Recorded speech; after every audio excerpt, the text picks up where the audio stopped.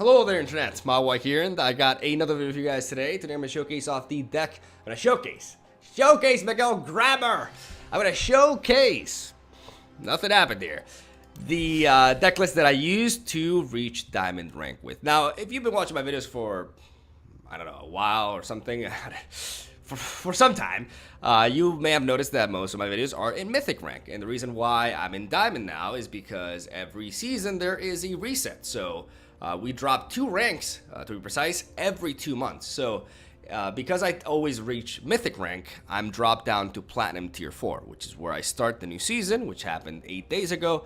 And now we managed to get to Diamond, and after Diamond goes Mythic again, which is what we'll be aiming for, right? But I did struggle reaching Diamond, and I'm gonna go ahead and preface this by saying that this deck explanation is going to take a bit, hopefully not, you know, a shitload of time, but I will be talking about a lot of things because I put a lot of thought into this deck. I've been optimizing it all day, and I'm quite proud of it. And I was thinking about doing a write-up, but I'm a YouTuber, so why not just do a video and talk about it in the video, you know? So if you don't want to hear about these things, then you just want to see the gameplay, then you can, you know, check the description down below. There's a timestamp that will lead you to that. So this is the deck list that I used. It is Good Stuff Jund, a Jund mid-range list.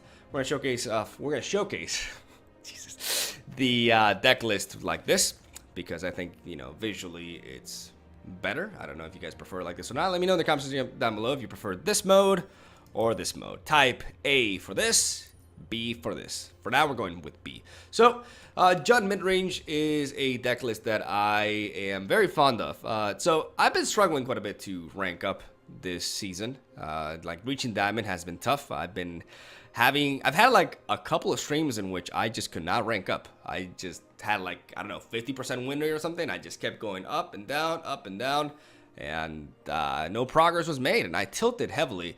And I noticed, for one, the big difference between trying to rank up while you're streaming and ranking up while you're alone and you're completely focused on the games, which is absolutely monumental. And also, something that I've also been struggling with is finding a new deck list, a new competitive deck list to like efficiently ladder with, right? Because all I'm facing are pretty much tier 1 standard metagame decks.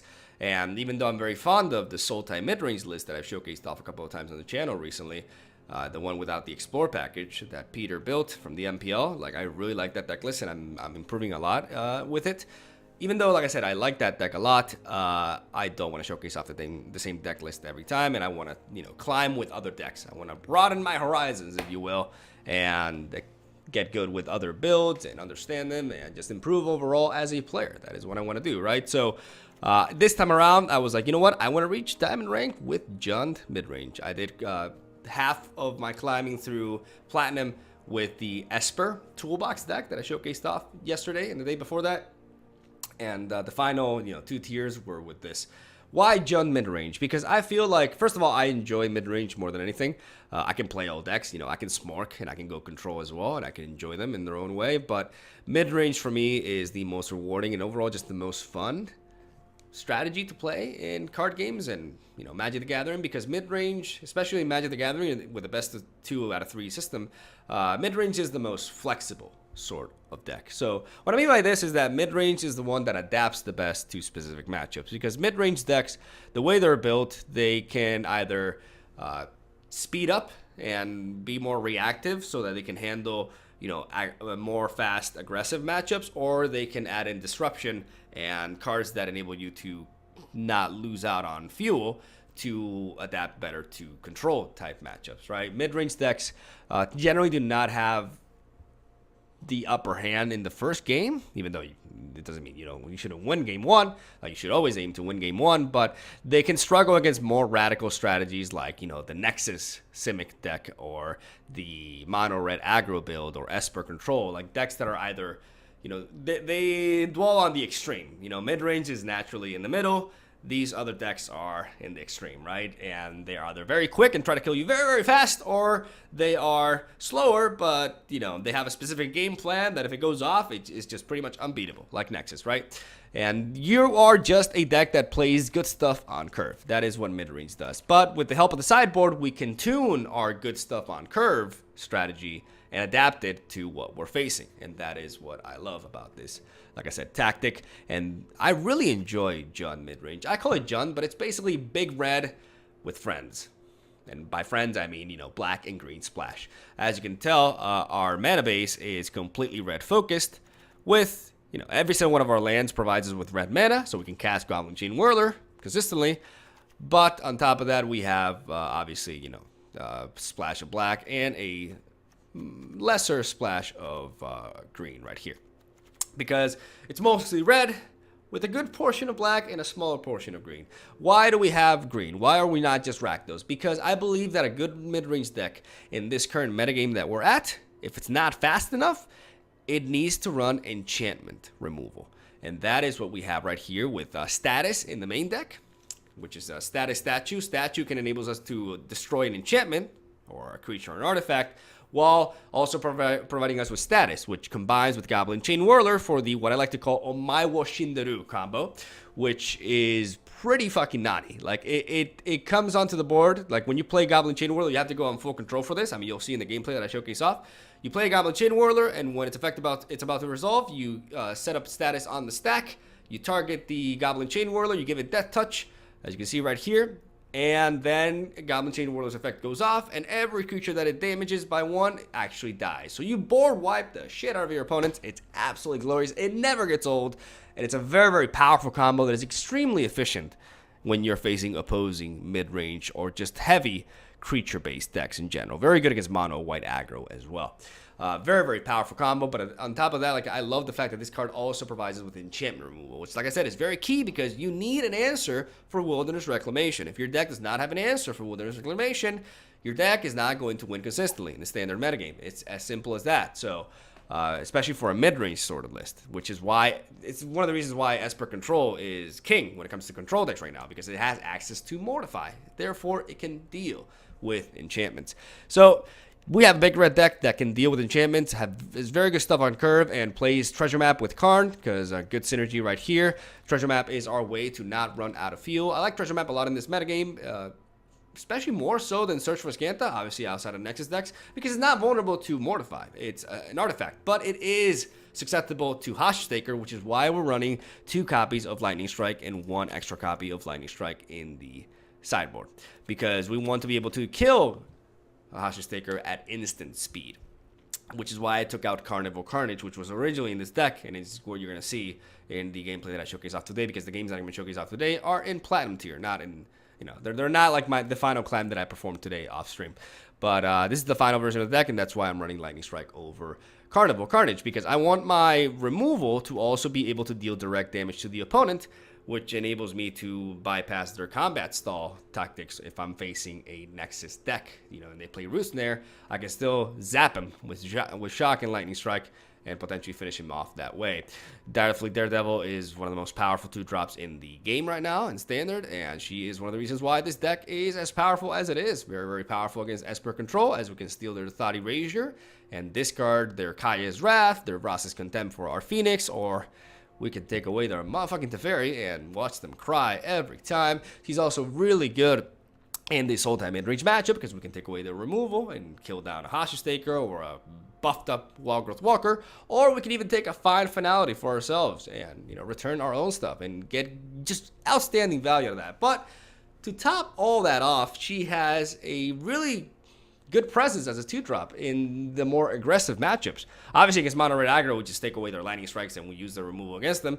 But against mono white aggro, we use her as a 2-drop with first strike that kind of stalls out and slows down the opponent's onslaught, because they just don't want to trade in their creatures if they have 2 health or less into a 2-drop because of the fact that she has first strike, right? So very good presence and good utility in those sorts of matchups as well. So very flexible and just overall a super solid card that I never regret having as a 4-off, to be honest. We have 4 Rekindling Phoenix because we're playing red. We play Rekindling Phoenix. We got Siege Gang Commander, very solid 5-drop. Has some sort of synergy with Goblin Chain Whirler as well, really good. Eldritch Reborn, very good against Esper Control and Soul Time midrange matchups. A 1-off of Vraska Relic Seeker. I'm going to pat myself on the back for this one because it was my own idea, and it kind of it capitalized on the fact that we are splashing black and green, because she gives us a powerful Golgari play in the very late game. Because she's 6 mana, by that point we're very likely to have, a green and black source for her, especially because we're also playing treasure map and we can, break one of those treasures if we need that mana. And she gives us a late game power bomb that has won me a crazy amount of games versus Sultai midrange specifically, even though she's won me other matchups as well. But against Sultai midrange is where she's excelled for me, as she can bypass the late game Hydroid crashes that try to slow you down and prevent you from killing them as they reload and just aim back at you, right? Vraska Relic Seeker puts a timer on them, and it reaches a point in which you don't really care about their health, because if she is on the board for 3 turns, then that 3rd turn, they're dead. Because you go for the ultimate, you put their life total at 1, and then you hit them with your Menacing Pirates, and you kill them. So she's just... Vraska's my favorite Planeswalker, and I love her in this particular build, as we're 11 minutes into this. This is quite the ramble. Let's talk about the sideboard a little bit, and let's finish off this portion of this deck guide, I guess, with this sideboard right here. Because I put a lot of thought into the sideboard as well. We have 4 dresses, 1 status statue, 1 lava coil, 1 lightning strike, 3 cinder vines, 2 fire cannonades, and 3 legion war bosses. And I'm going to go ahead and talk about the most prevalent standard tier 1 Magic the Gathering decks and what you should add in for what in every single one of them. So hopefully you can use this information, and let me know if you guys want me to do this more in the future. It takes a while well, I'm going to get to it because I don't want to make this any longer. Mono Blue Tempo, I add in 4 dresses, I add in a lava coil, I add in a lightning strike, I add in maybe 1 fiery cannonade, but it depends on the specific build, because it does not kill Siren Storm Tamer, which is a very big deal. So I add in those cards. I take out the Vraska Relic Seeker, I take out at least 1 Eldritch Reborn, I take out 1 Karn, and I think I take out a couple of Rick's Mighty Revelers as well, and Direfleet Daredevils too. Like these 2 2-drops don't really do that much for us. Even though she can steal some ops, they're not really that good. And I keep everything else. Against mono white aggro, I take a lava coil, a lightning strike, and 2 fiery cannonades. And I take out 1 Eldritch Reborn, 1 Vraska Relic Seeker. I may take out 1 Karn, Sign of Urza, and maybe a treasure map. I'm not entirely sure. I'd have to look into that. It also depends on the matchup. Against mono red aggro, I add in lava coil, lightning strike, and fiery cannonade. Against Sultai midrange, I add in a couple of dresses, 1 status statue. Status statue basically for midrange matchups. You add in the extra copy, very, very powerful combo that just nukes them. I add in 1 lava coil, 1 lightning strike.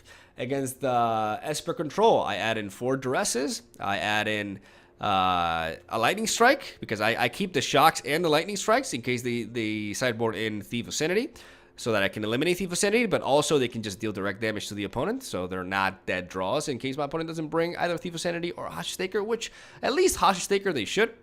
And 3 Legion War Bosses as well, which I take out some Goblin Chain Whirlers for, because this has much more presence in a control matchup, as it's exponentially, menacing. If that makes any sense. Then we have, against Simic Nexus, I slap in Status Statue because it destroys enchantments. I slap in, do I add in Lightning Strike? I think I do add in 1 Lightning Strike, and I add in the Cinder Vines as well, and the Legion War Boss too. And those are the, the majority of the matchups you'll be facing, and that is my sideboard game plan for that. Depending on what I'm facing, the specific, if there's any specific card that catches my attention, or if I see like any specific distribution, then I may, keep certain stuff in or not, but that is the general game plan with the sideboard. And that is my deck guide for you. It took 14 minutes, like I said, longer than usual, but I think this is helpful for those of you who want to try to ladder with this deck. I was very successful with it, and I will continue to play it in the future, but I'm also going to switch to other stuff as I continue my climb onwards to Mythic. Thank you guys for watching my daily MTG videos. I really appreciate it. Leave a like if you enjoy this, and let me know what you thought about this, prolonged intro. I won't do this for every video, obviously, but when I have a new deck that I really want to talk about, I may, take my time. And yeah, that's all I got to say. Have a solid day. Enjoy the games, and I'll see you guys tomorrow. I feel like a captain deck wouldn't even really be meme as long as it was relegated to a second finisher. Well, it can be combined with Banefire. The problem is, like, maybe I want to try building like a ramp captive audience deck. Like a deck that ramps, plays Captive Audience, and then Bane Fires or Expansion Explosions, something like that. Yeah, I'm actually gonna try to build that actually. Oh.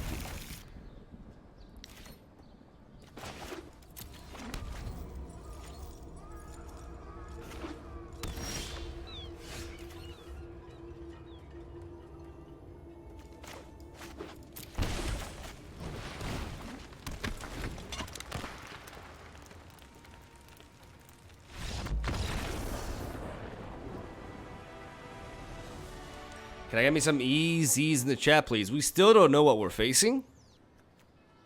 But he's either facing, he's either playing Sultai or he's playing Simic Nexus, right? He's playing one of the two. So, for both matchups, Duress, at least as a 2-of, definitely helps. We're going to keep the Status Statue. We're going to take out the Shocks. We're going to do this Lava Coil, add in a Legion War Boss. Let's make it subtle, but effective. Let's go with this. Let's tweak it a little bit, because we don't know what we're facing, but Duress definitely works in both matchups, so I'm going to slap it in there.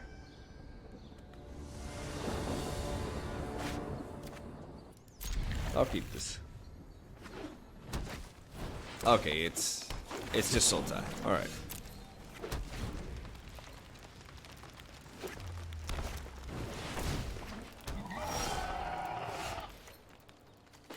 I could dress him now, but I could just set up the treasure map.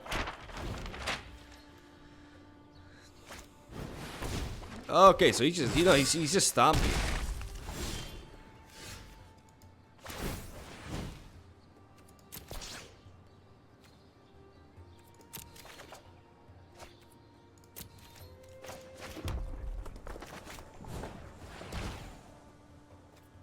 Yikes. We're gonna take a huge hit, and we're not gonna proc this. We just have to hope that we draw into a land here. Land. Thank you. Just thank you. All right, full control. Omae wo shindaru. That's how you say it, right?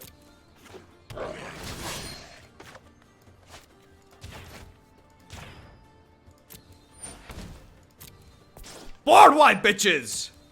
Ha!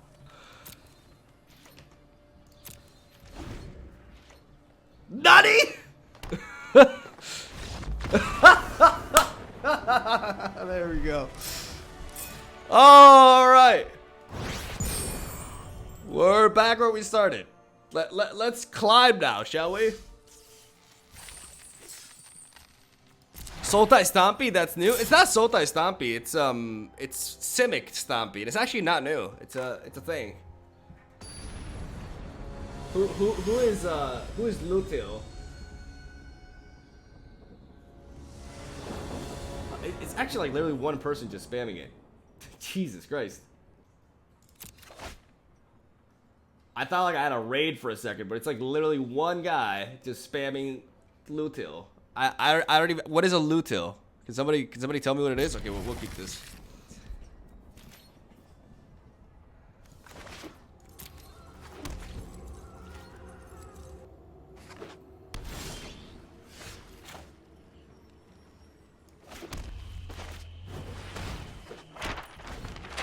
Since it seems we're facing potentially Esper, we're gonna lead off with the treasure map. Actually, no. Okay, it's Esper. That's cute. We go.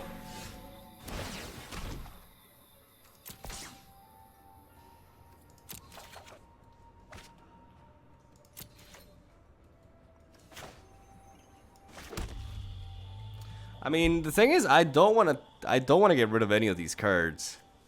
Like they're all good, so I guess I'll just discard the land.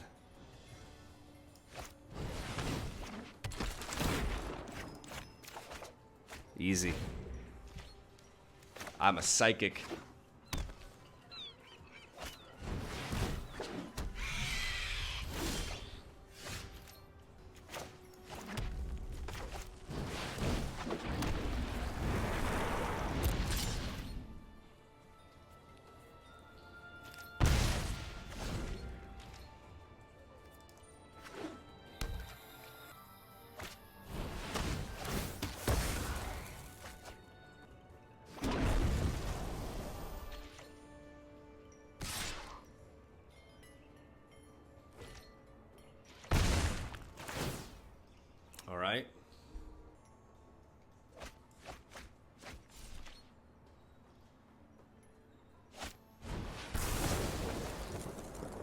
Okay.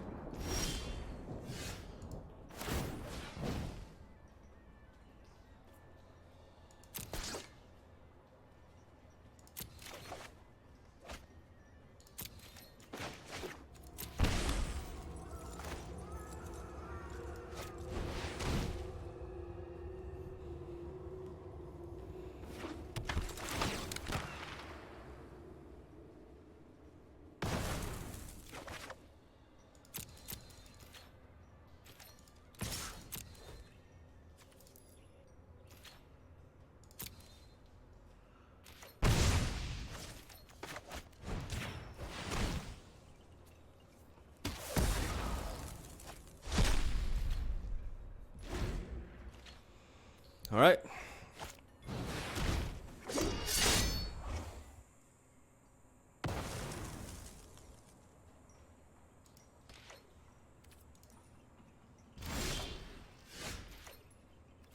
Fucking give me back my fucking treasure. Fucking bitch.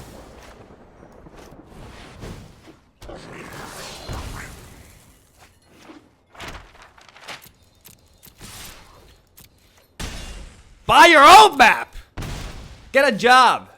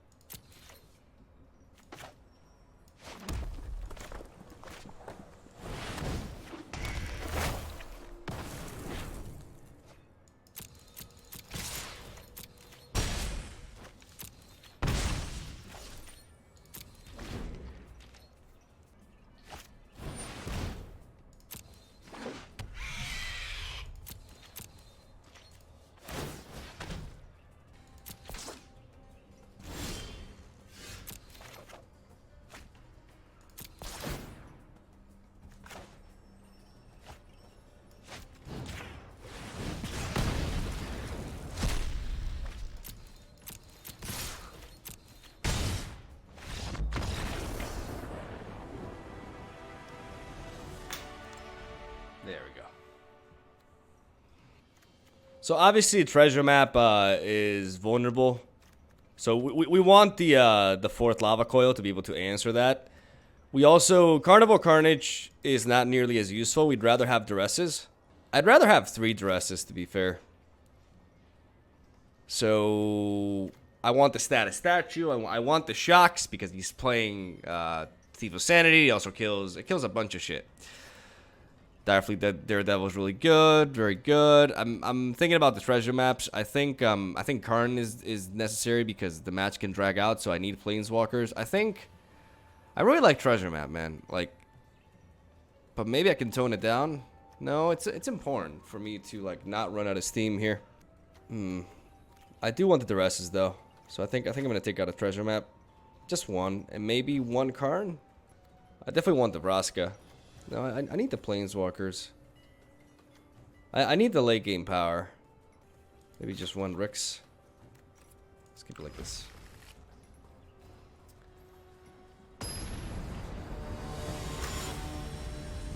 Carnival is just not as good here because Sultai midrange draws a lot of lands.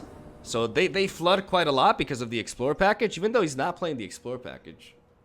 He's playing Peter's version, isn't he? I mean, we're still gonna keep this. We're gonna keep this hand. Like, this is a good starting hand. Yeah, maybe Carnage is not that bad, but it's still kind of a.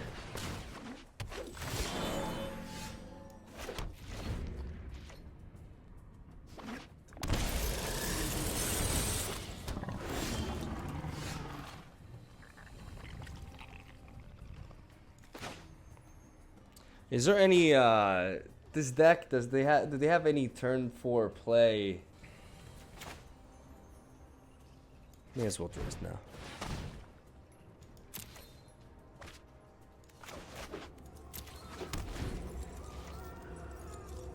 Okay, they can't Thief of Sanity right now. Now they can.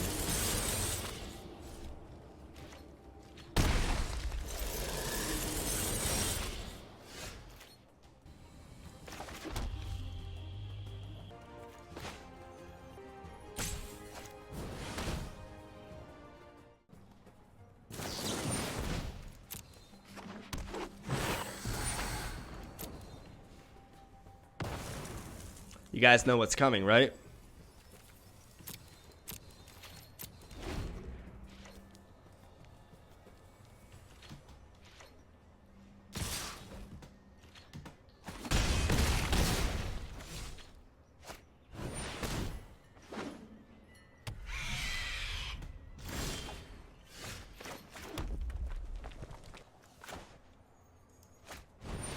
Omae wo shindaru. Nani?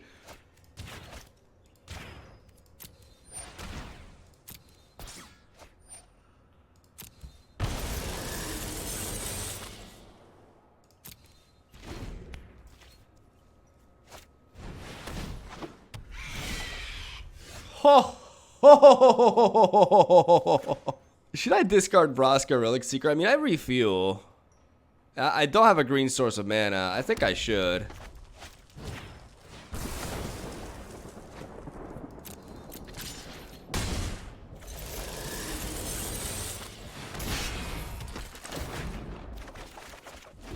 And I get an Eldritch Reborn, so...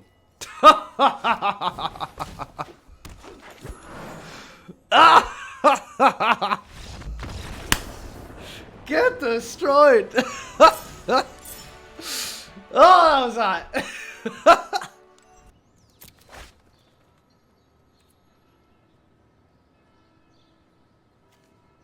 I guess I'll keep this. Yeah, he just out sideboarded me. Like in the third game, he just brought in his. I know all those cards because I played that deck, but he just brought them all. And I focused. I dwelled too much. That's the problem with Reclamation, man. It just forces to like tech heavily against it, and then they just sideboard out. It's a very, very potent strategy.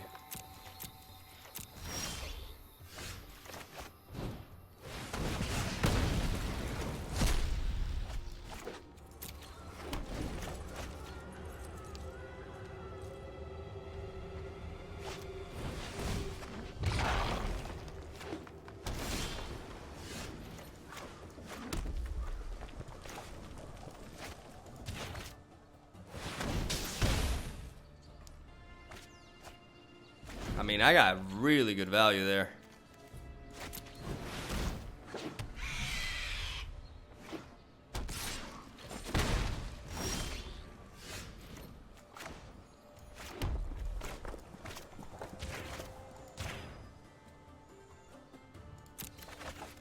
Oh.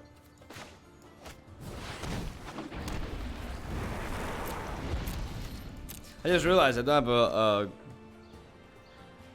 a green source of mana.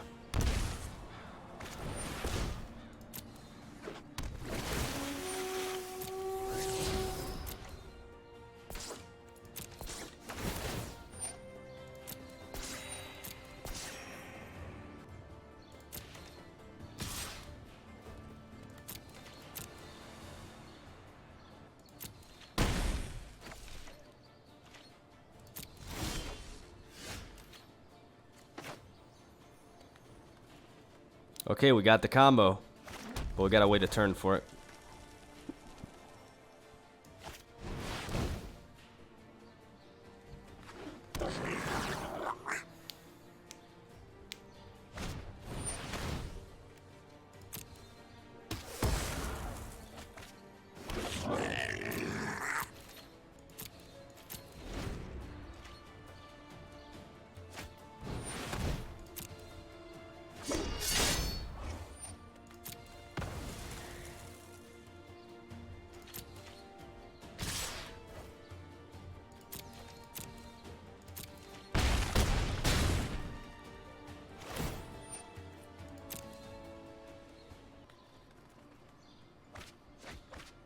Oh, wow. He must have taken something nice. Alright, here we go, boys. Omae wo shinderu!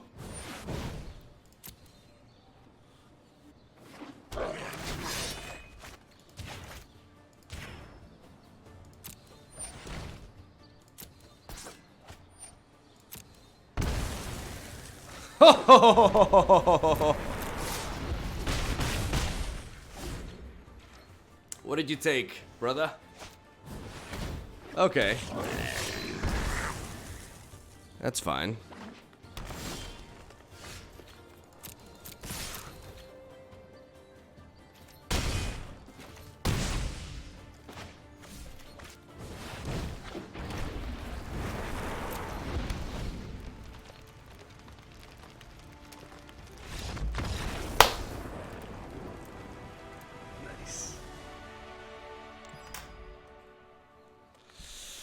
Alright, let's slap another status statue.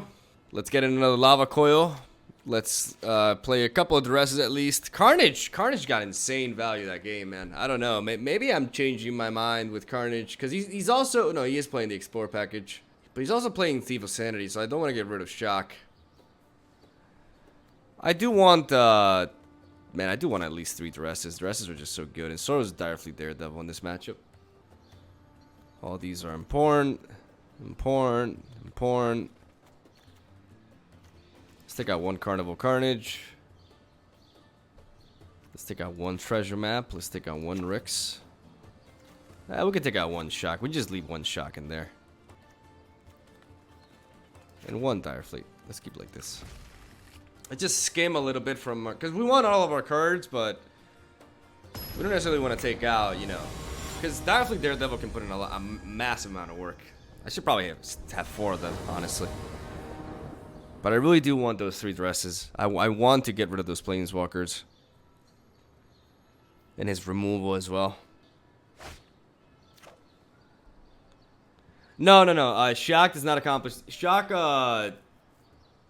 enables me to answer Thief of Sanity. Carnage doesn't. Carnival Carnage doesn't, so I'm going to keep this. It's a bit low on mana, but, you know, hopefully we can draw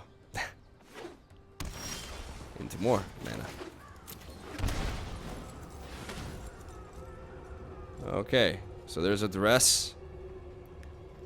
And the Vraska Golgari Queen. I think we definitely take care of Vraska Golgari Queen. If we let him duress us, what will we take? If No, what are we talking about? We can always redo that, yeah. Yeah, we take out the duress. Because we can use Direfleet Daredevil to duress him again. Given that we, you know, draw into our mana, of course. Okay, there we go.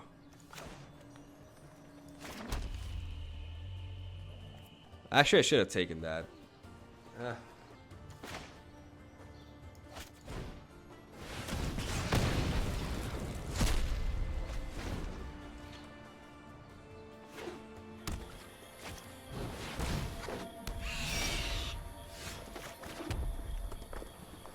yeah, that didn't work out the way I wanted it to. Because I need to answer this.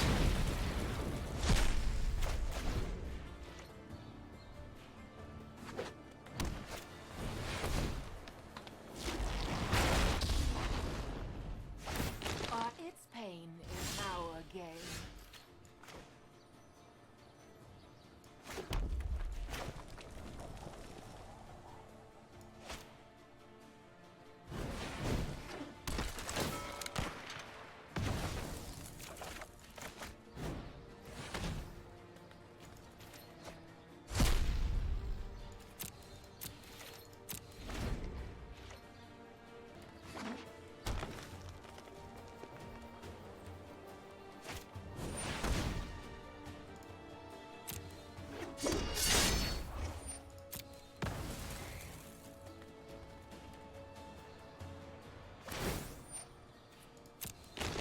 Everyone is expendable, except me.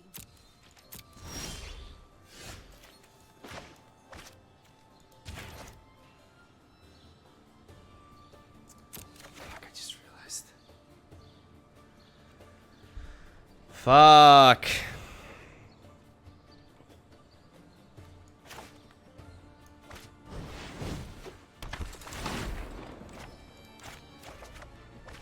Ah, for crying out loud. Okay, I wasted my lava coil on that thing. But I would have taken so much damage from from the Craw Harpooner if I didn't play the Lava Coil, so I don't know. My old skills still have their uses.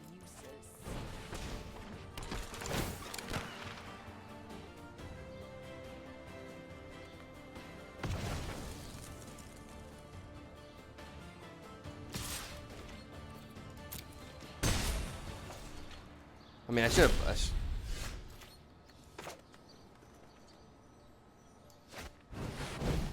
I don't die that easily.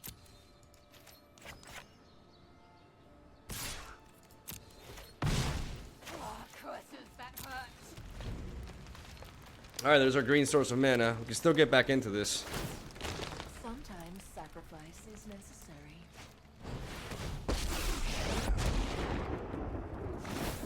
No one knows the wilds like I do.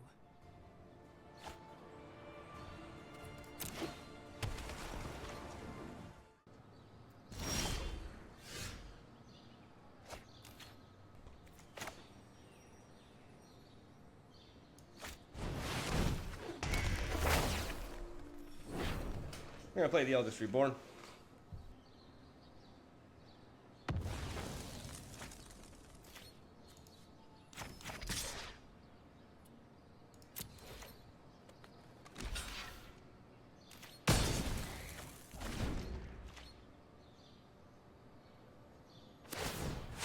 Draw and fire.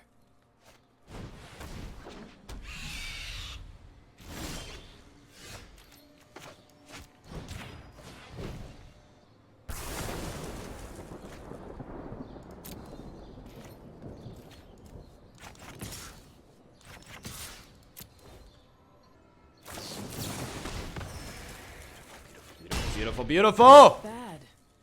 For a moment. Oh, fuck off, Vivian. You're dead!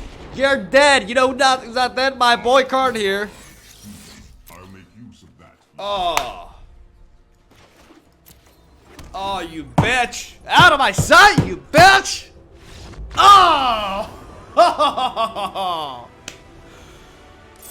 Oh, baby! There we go! That's how you do it! Oh, wow. That was tight. Like, I did not... Like, a hostage taker that went through and then Golgari Queen and fucking Vivian, I thought that was a nightmare. But we got out of there.